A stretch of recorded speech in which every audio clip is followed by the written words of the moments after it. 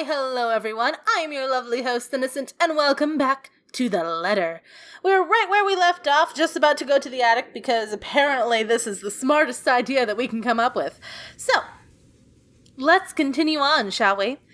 There are two attics here, one on each side. I'm going to continue with the auto next, because it hates me for some reason.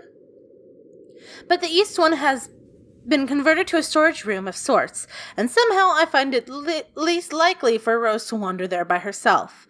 Besides, she never did like going into stuffy storage rooms. Just saying. So I head towards the west wing first, where a simple wooden door at the end of the hall opens up to a small room. Okay. Inside is another set of steps leading up to the second attic. Unlike the grand staircase, though, the stairs of the attic are steep and narrow, made of old stone and covered with thick coating of dust that kicks up into the air with every step. So she's likely to go in there. Thank God it's daytime. Anyway, pause again.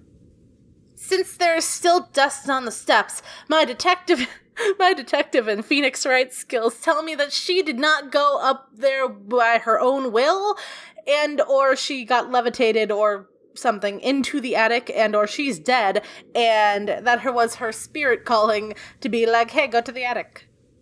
Okay? Or don't go to the attic, really. Because that was the only, there wouldn't be dust kicking up that much if somebody already previously went through these stairs, you know? Anyway. If it wasn't for the light streaming through the door behind me, I might have easily stumbled and fell.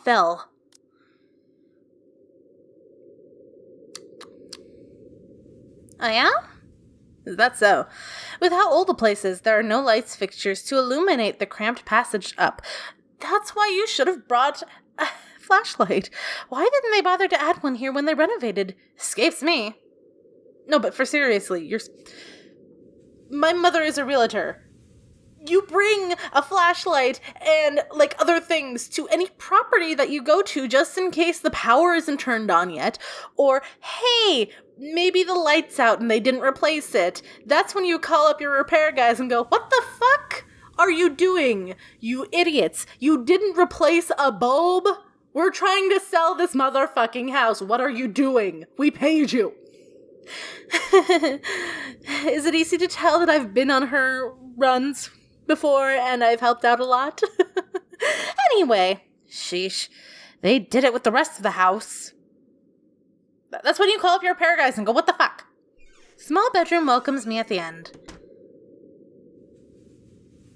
It looks exactly as it did the last time I've been up here, full of dust, worn out, and faded by time. Also, you're supposed to call in a cleaning crew to clean up the place. You don't want dust and cobwebs everywhere if you're trying to sell a place. That makes it undesirable. I mean, unless you're going for the whole creepy, haunted mansion type vibe, you're not really going to sell it. You're trying to go for nobles and heirs and things. Don't leave the cobwebs and dust. It's your job to clean it up and make it presentable. God damn it. Anyway, where was I?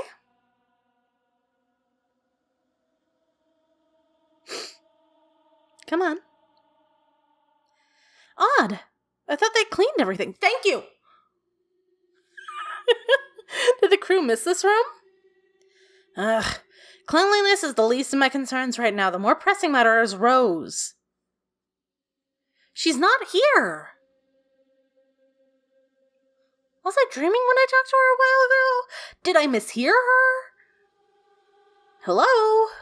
No, I couldn't have been a dream. I mean, it could have. After all, the creepy ambiance of this estate is doing such a remarkable job of making sure I stay alert and awake.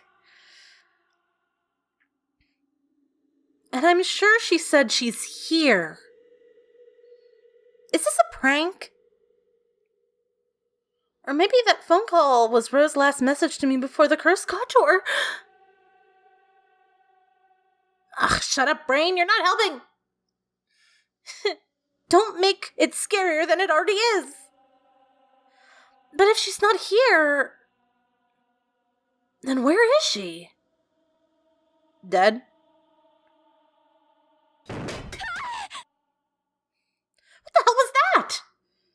A noise.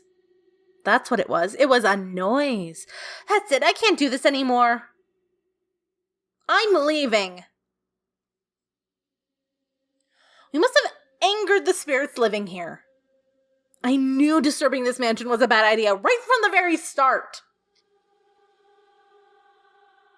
But nobody listened. Be fucking realistic, they said.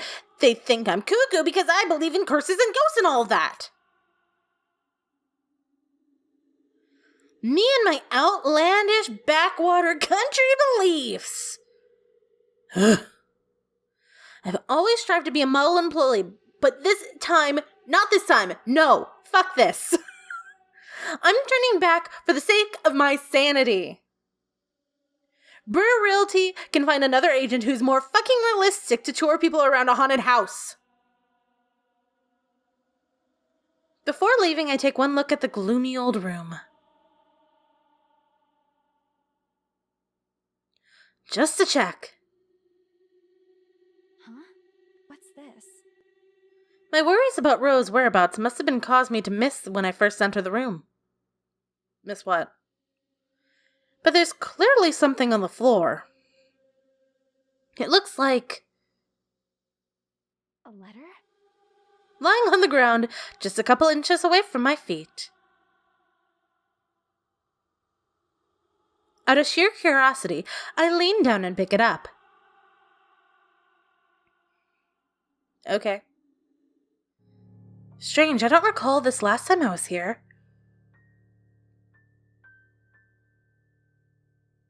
A few days back, me and a few other agents inspected the mansion to prepare for today. I'd been here last to look inside the attic and leave, and this certainly wasn't here before.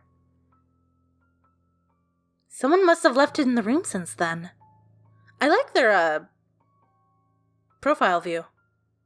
Did Rose leave this for me? Why would she leave you a fucking letter? Was she here a while ago? I couldn't have missed her, though, could I? There's only one set of stairs leading to the attic.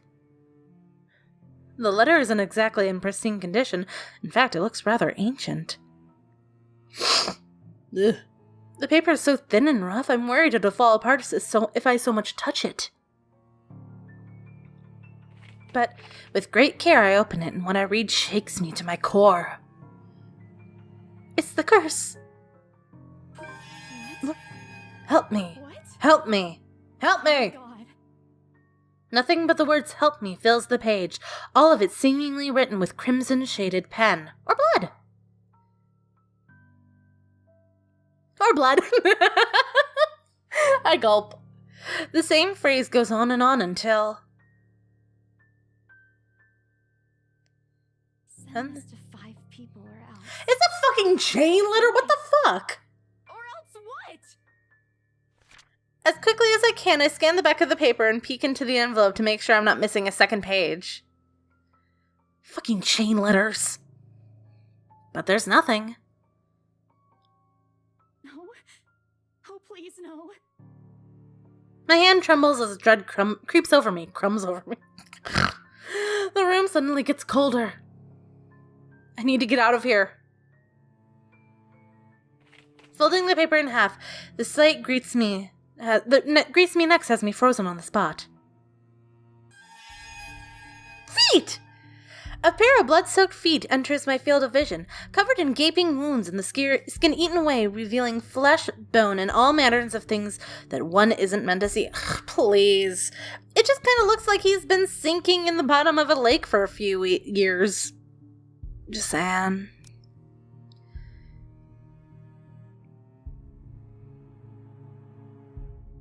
Come on. Come on. I'm already done reading it. Oh, this is too much.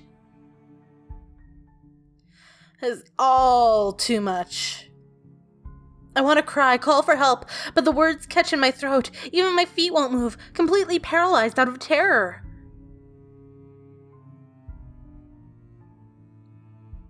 Be brave and look up! I need to face it. I need to face it. Let me see it! Let me... Oh, I didn't press the thing again. Let me see its face, goddammit! Or its dick. What? Whatever these feet belong to, I need to face it!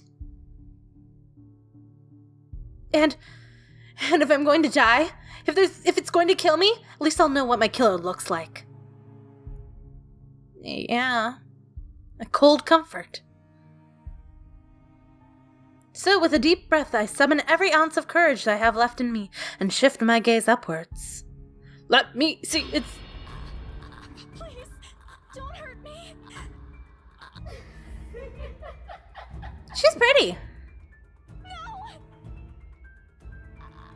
Without thinking, I scramble towards the door. I struggle to open it, but it won't budge. Stay away. Go away. Please, Lord, make it go away. Why now? Why won't it open now? Begone, thought!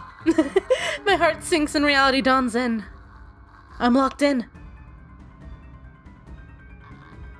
Locked in with that thing. Let me out. Let me out. Lord, please, let me out. The Lord will do nothing to save you. It slowly approaches me as I wrench the doorknob violently back and forth.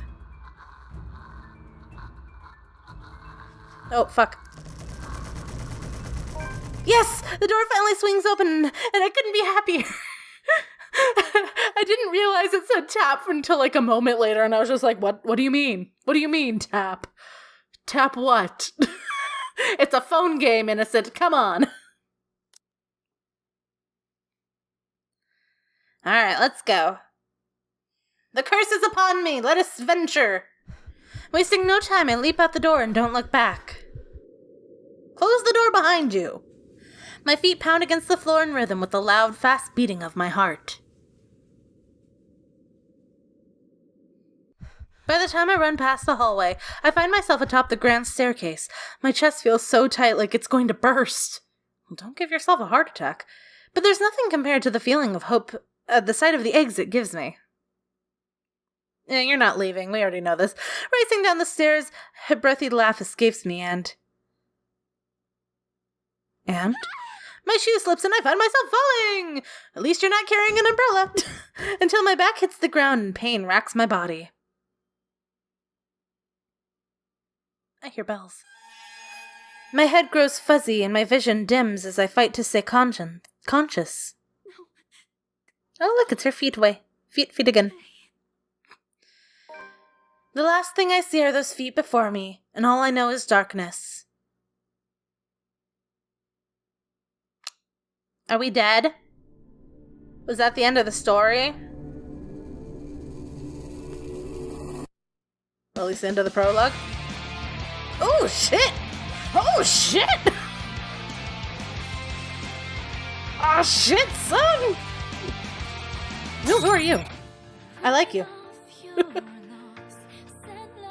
Bitch, we got anime open up in here. Holy shit. I'm trying to talk over as much of the song as I can because copyright issues, and I don't know if it's going to do or anything, but if it is an issue and I can't talk over everything... Ooh, how cute, we got a photographer. Oh, he's chunky. Oh, I'm gonna like him. Fuck, and that's Ash.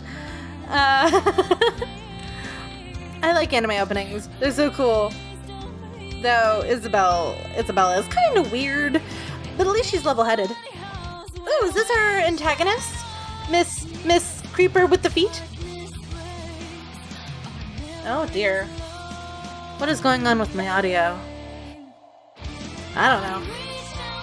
I mean, maybe it's good. Maybe it's picking up on your guys' end. I don't know.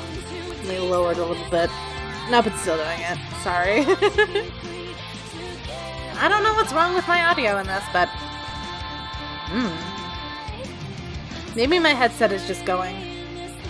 Who knows, really? I'm using my travel headset as it is, because my other one's Bluetooth and it's connected to my computer right now, and if I unconnect it, it's gonna fuck up my recording. So, The Letter! By Yang Mobile. Yep, that was the end of the prologue and the chapter that I could... Oh, no. Buzz breaks the silence. Oh, shit! Oh, shit, son, it's not done yet! I thought it was going to end right there. I start to rouse, pulling into consciousness against my own will. I've never felt this tired before. I just want to sleep, but the insistent buzzing, poking, and prodding isn't letting me. Is it Rose? My old mattress may not be the comfiest place, but that doesn't make me any more eager to wake up. I just like sleeping. 5 more minutes, Becca. I swat away what nudging persistence at my side.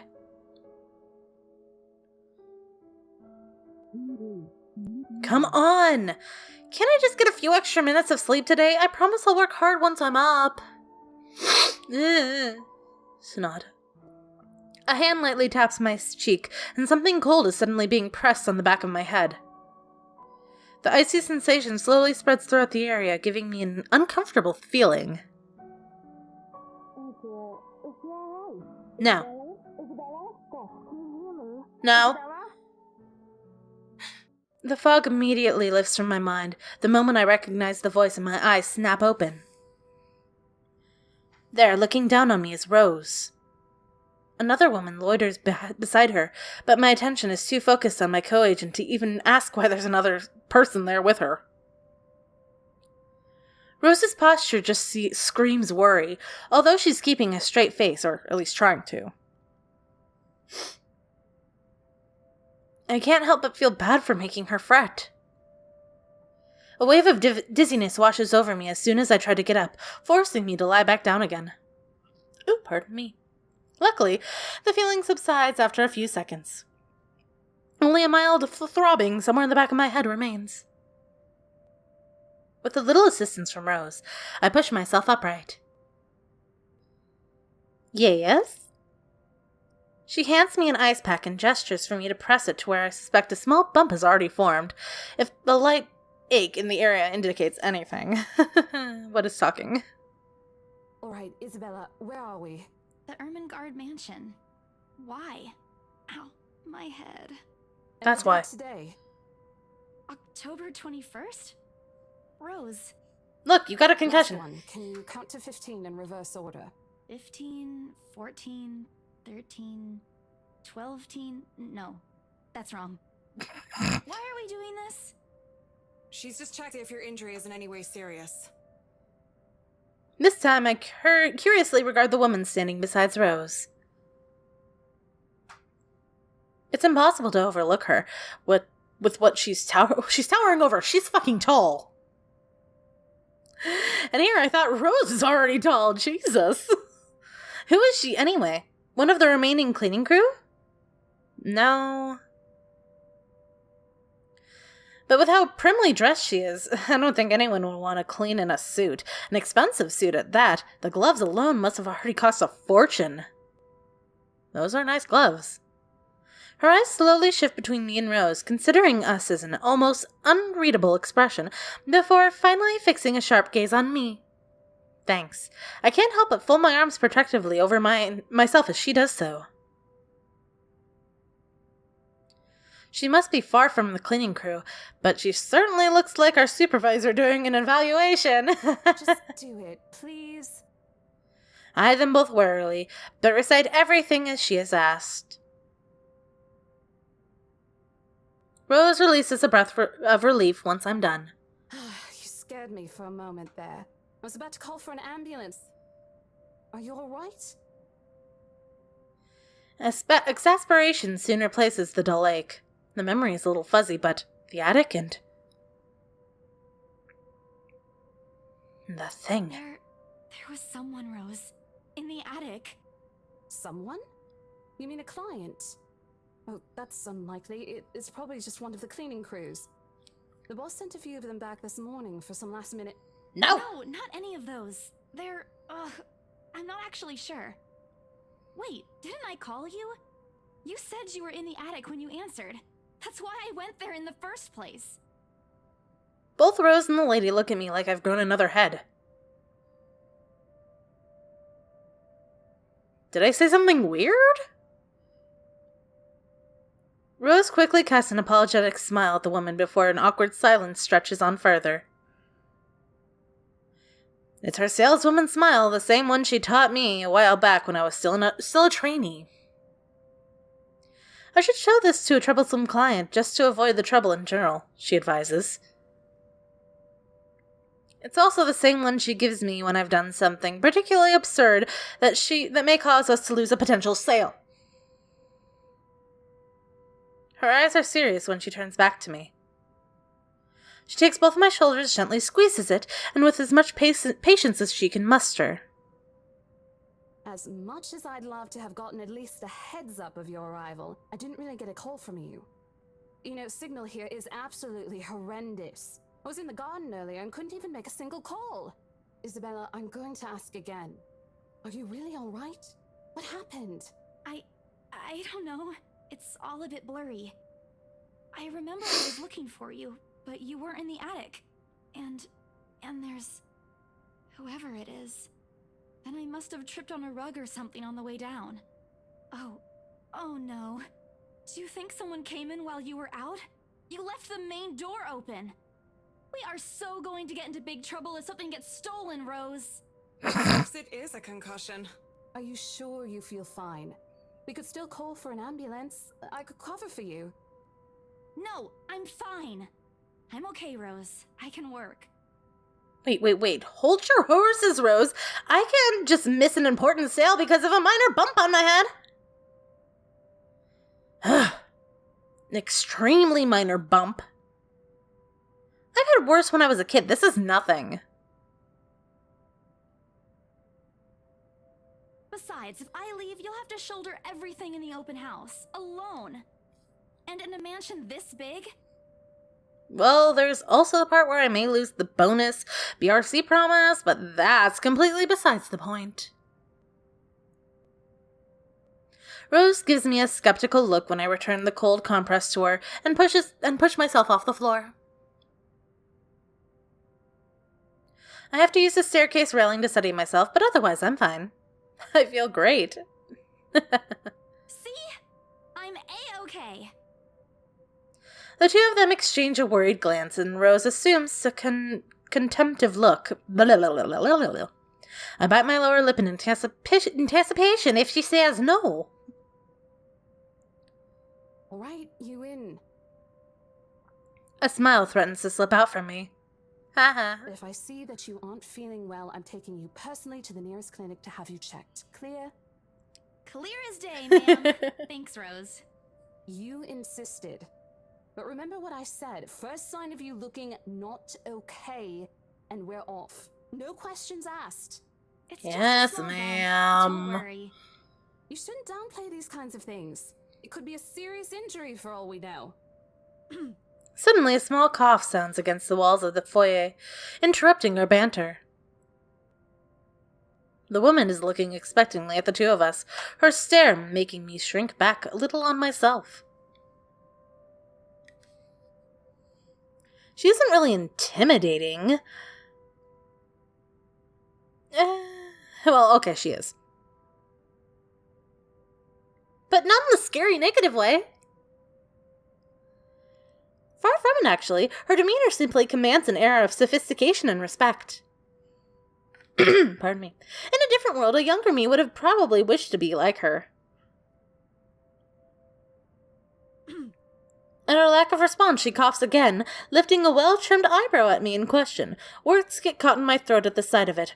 And Rose, as usual, is swift to catch my blunders. My sincerest apologies, Mrs. Miss McCulloch. Marianne McCulloch. She hands Rose her business card. The words interior designer catch my eyes before my partner flips it over. Oh, probably someone interested in the mansion for its 17th century influences then. I won't hold it against her, though. Despite the heresies and remaining uninhabitability for years, the mansion's original fittings and furnishings have been kept completely intact and restored to pristine conditions. I suppose some people find that a trip to the past feeling appealing. Ooh. After all, with what it offers, this place could also be a haven for people looking to live somewhere classic and with a historical charm. I am, making up half of the words. And this is my partner, Isabella Santos. We're just ironing out a few things, but we'll be starting the tour soon enough. In the meantime, we've prepared some refreshments for you in the parlor while you're waiting. If you could please. Thanks. There's no need for it, though. I just dropped by for a quick survey of the place. I thought I should check the estate before I meet with the homeowners. Rose's confusion is impossible to miss when she glances at me, and I return it with an equally perplexed look. And again, and against my better judgment, I blurt out the first question that comes to mind. I'm sorry. Homeowners? I should have kept my mouth shut. A flash of irritation crosses her face, but it instantly disappears under a mask of professional detachment. Yes. Hannah Wright? I was hired by her to handle the interior design for their newly bought home. This is the Ermengarde mansion, right? It is, but... She pauses, possibly trying to find the right words to fix the awkward situation without offending someone.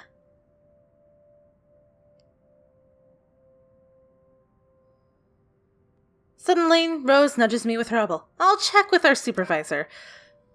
Those few moments have given me enough time to clear my head of any nervousness or confusion clouding it.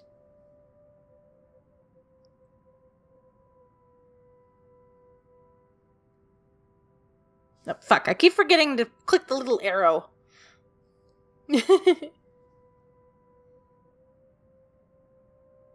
Come on. It is, ma'am, but we weren't aware the mansion has already been sold. What do you mean? I almost flinch when she turns her gaze on me, but I stand my ground. Besides, it isn't like we haven't dealt with awkward situations like this before. Looking at you, Rose. Looking at me. I may screw up at times, but it doesn't mean I haven't learned a thing or two in the 5 years I've worked in the business. The mansion is indeed for sale, ma'am. Today's the open house, in fact. However, we haven't heard anything from the higher-ups that a deal has already been closed for this particular property. If you'd like, my co-agent and me can check with them right now. She nods, seemingly in deep thought after I finished. She appears to be a reasonable person anyway. Given the proper explanation, she surely understands. I thought something looked odd when I arrived here. Excuse me, I think I need to make a call to my secretary. Thank you for your assistance, Miss Santos. Oh, I have a kitty drinking water. With a slight wave of her hand, she leaves us. Seems to be the end of it. Both Rose and I breathe a sigh of relief. Disaster averted. I also don't miss the thumbs up she gives me for doing a good job, and I can't help but swell with pride. Still, I've already prepared myself to dial the number of the Luxembourg office to check, and even if she didn't ask for it. I will be very frustrated if, for some reason, someone has already decided without my... Somebody already sold it and I couldn't get my fucking bonus. That's a whole new level of unfair. We've been working hard on this. Moments later, Mrs. McCullough returns with a little frustrated but with an apology clear on her face. I feel a little sorry for having to go through all this trouble. There seems to have been a little misunderstanding with my client. If you'll allow it, I'd like to stay and wait for them here. I was informed they'll be dropping by for the open house today. I figured it'd be a waste to just leave after that long drive. I might as well meet him here. Certainly. You could stay at the parlor in the meantime, ma'am. I'm sure it won't be long before our guests arrive. And, Isabella? I left a few documents in my car. You know where I keep those. Can you please get it for me? Rose takes a glance at her wristwatch before tossing me the set of keys. And hurry! We've still got a few minutes to double-check those papers. Okay, got it. The two of them disappear behind the parlor door. Okay, I'm actually going to end this right here, because we've also... another 30 minutes has passed before I even realized it. Awesome. Okay, so, obviously I'm actually getting really into this, and although the art style is a little weird to get into, I do like it. So, yeah. And I'm really considering dropping the $10, but I already know I'm not going to, because I don't have that kind of money. truly, after I finish this, I'm probably going to go YouTube the rest of it, just to be completely honest with you all. I am not even kidding. I'm really liking this. Depending on how it ends, I might be tweeting about this. Alright, well, this has been the letter, or at least part of it. I still have some ways to go. I'm going to save again while I'm over here and while I'm thinking of it. Let's do another one. Okay, yes, good. Alright, thank you guys so much for watching. I hope you had a wonderful time, and I hope to see you all so very soon. Peace out. Bye-bye!